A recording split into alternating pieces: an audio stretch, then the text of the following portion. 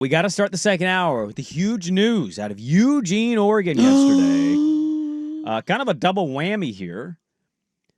Let's start with the one that I don't think is as big a news.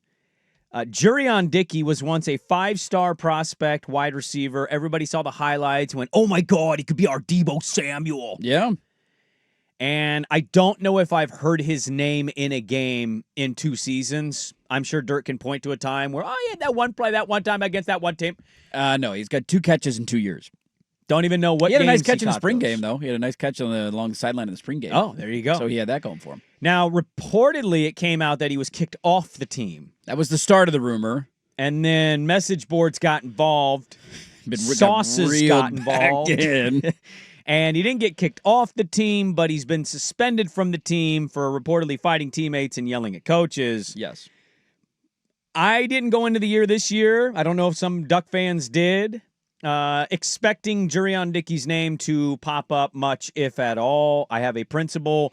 If you're a 5-star player and you do not play or have any involvement with your team in 2 seasons, I kind of just scratch your name off of you're going to be a 5-star that probably busts a little bit. Yeah, they do. That happens from time to time. They had one, Ty Thompson. Yeah. But he's been suspended, and so Jurion Dicki not going to play for Oregon. I don't know if that goes into the regular season. We don't have real details on that. Nobody has any answers on what it actually looks like. And we don't know if you'll get any ever, but no. He's been suspended. The answer is no. You won't get any answers on what's actually going on behind the scenes. I don't know if Dan Lanning will even talk about it at his next press conference. We'll have to wait and see on that. I don't know when he's talking to the media next. He's on every couple of days cycle right now through fall camp, and so we'll see when he does have to face the media if he answers those questions. You know, I had some buddies text me about this yesterday. I did see the news starting to kind of percolate online, and I thought, all right, let's see what's going on with Jurion Dicki. I think Nimick had a kind of cryptic tweet, was the first one I saw, and I'm like, what's going on with Jurion Dicki? And then you dive in and you realize, okay, there's something going on here. I agree with your philosophy 100%. It's a good reminder, just similar to first-round picks in the NFL. Like, not every elite blue-chip prospect you sign is going to turn into a great player. Was a quarterback from USC that failed out. It couldn't be a Malachi Nelson? Yeah, he couldn't be the starter at He Boise is State, now. right? Is he? I think he went somewhere else. He's a UTEP, I think. UTEP? I think so. Yeah. I mean, that's one exact. Yeah, he is at UTEP. He went to Boise and he went to USC, didn't win the job, obviously, because Caleb was there. Got flustered after 1 year left. Went to Boise, didn't win the job. Now he's at UTEP. So for every one that you hit on, there's going to be one that you miss on. It's the thought in recruiting of you get as many of them, and the chances are they'll be better players. You just don't know it's never going to hit 100%. And for the Jurion Dicki example, I'll throw you Josh Connerly, who turned into a first-round pick. Right. Mateo, who's going to be a first-round pick. Give me more that hit than don't, for sure. And I think there's optimism about what DeCorian Moore is bringing in camp. For Dicki, it sounds like, for those who know the backstory, like he is from a very tough upbringing. He had a very rough childhood. He has been a kid who has been in and out of trouble his entire life. And I think the hope was getting him away, getting him out, getting him into the kind of bubble that is Eugene, Oregon, that you'll be able to kind of put him on a straight and narrow path. The insiders are reporting that he was fighting with teammates and yelling at coaches, and this has been going on for an extended period of time to the point where Oregon finally said, we're done. I didn't have a very strong reaction to this yesterday, mainly because of your primary rule. Like, I didn't go into the year at all thinking Jurion Dicki was going to do anything. He was hurt his freshman year, and I think there was questions about his work ethic and desire to get back. Last year, there were slightly better reports, but you didn't hear a ton about him. But he was healthy, and he practiced for a lot of the year, and he had the 2 catches that he had in his career both last season.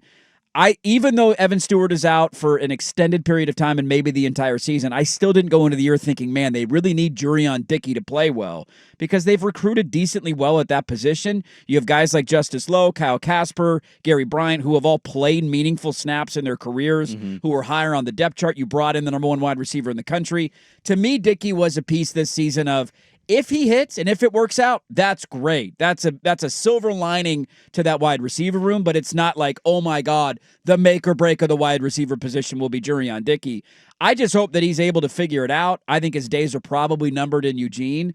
I don't see him playing a lot this year. He's now suspended. Even if he wasn't suspended, I didn't see him playing a lot. And that has, I'm going to transfer at some point, written all over it. You just hope the kid can figure it out, because clearly it sounds like he's dealing with some stuff. We jokingly talked about it when he got to Oregon. He chose the number 19 99. He did. And I remember, like, as dumb as the take was, just thinking, you're not going to be a good football player, wide receiver wearing 99. It tells me that you're almost not taking it seriously. It was bizarre. It's like, I get you like a number. Haha, it's funny, but 99. What are we doing? And then he changed it after 1 year because he realized that was pretty stupid. So there's that news. The other news, more, impactful, I guess, in many ways. Their other 5-star player in the defensive backfield, Trey McNut. Yeah, one of the big recruits from last year. Big recruit from last year. People were curious to see what it was going to be this year. He broke his leg in practice. He is he's done for the year. He's not going to play this season. Yeah, hairline fracture, which is, I think, better than, I don't know how legs break and what the difference is, but I saw people saying the hairline fracture is better. I don't quite know what that means. I'm not going to pretend to be a doctor. Swag looks like he wants to jump in here. Usually a hairline fracture means you don't have to have surgery. It's a small break, set it. right? Okay. You just have to immobilize it, and the bone hopefully will grow back together. You don't need pin screws. It's just that thin little break line when you see it on x-rays, isn't it? It's not like a leg that's snapped in half and you got, it's screws and all that stuff inserted. So they can just immobilize it so it doesn't get worse, obviously, and then it's just how fast the bone will heal and grow back together. You're equipped to answer this. What does this mean for their depth, in your opinion? It's tough. It's tough to answer because he's a true freshman. Yeah. Like, is he good? Not a lot of guys in the secondary have played early, but you have seen guys towards the end of their first years in Eugene get playing time. Like Kingston Lopa was an example of this. Last year, a guy who you didn't really hear his name at all, and then at the end of the year, they felt confident where he was in practice and the way he developed as the season went on, and he became a part of the rotation. This is not a deal breaker by any stretch. He's a depth piece at safety. He was probably going to play a lot of special teams. I didn't see him playing a lot of significant snaps. But to your larger point, I think it then highlights, okay, if another safety goes down, how are you depth-wise at that position? I think Oregon feels good about where they're at safety. You hope at some point, if it's a hairline fracture, maybe in November he's able to make an impact in the back half of the year or in the last month or last couple of weeks of the season if he can heal quickly. This isn't losing Dylan Thieneman to a broken leg. Like, that would be a devastating blow for the guys that you brought in and where your defense is at. This was just a bummer of like, man, that's a tough way to start your career. He's a very highly touted recruit, one of the number one or top-ranked safeties in the country coming out of high school.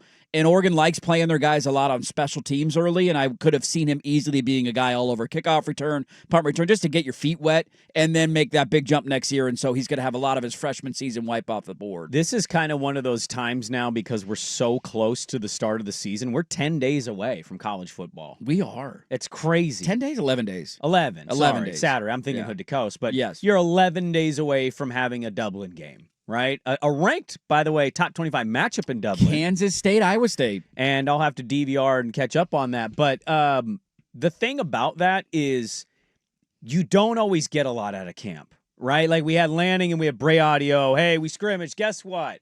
Great day. Great scrimmage. This side kind of beat the other side, but the other side was still really good. And depth chart news? None.